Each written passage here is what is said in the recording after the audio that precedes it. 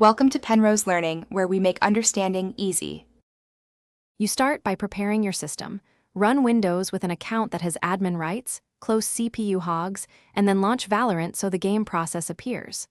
Once done, press Ctrl+Shift+S to open Task Manager and switch to Details. Make sure you can see Valorant, EXE or Riot Client UX. EXE in the list. You need the exact process visible before changing anything. This first move prevents missed targets and avoids toggling multiple settings later. Now focus on the change itself. Right-click the Valorant process in Details, select Set Priority and pick High. Do not use Real-Time because it can starve system tasks. Confirm the user account control prompt if it appears, and then watch CPU and responsiveness for a minute to ensure no instability. You're doing this because higher priority gives the scheduler preference for CPU time, which can reduce stutters, but you must monitor performance and avoid overcommitting resources. Finish by making the change convenient and resilient.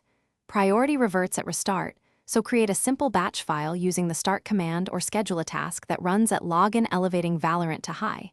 This is the practical way to persist changes. If you cannot change priority because of UAC or Vanguard, run Task Manager as administrator or use the launcher script approach. If issues persist, revert the priority, update GPU drivers, and test again. One key troubleshooting tip is to always revert before making other changes. Thanks for watching. If this was helpful, leave a like and consider subscribing. See you next time.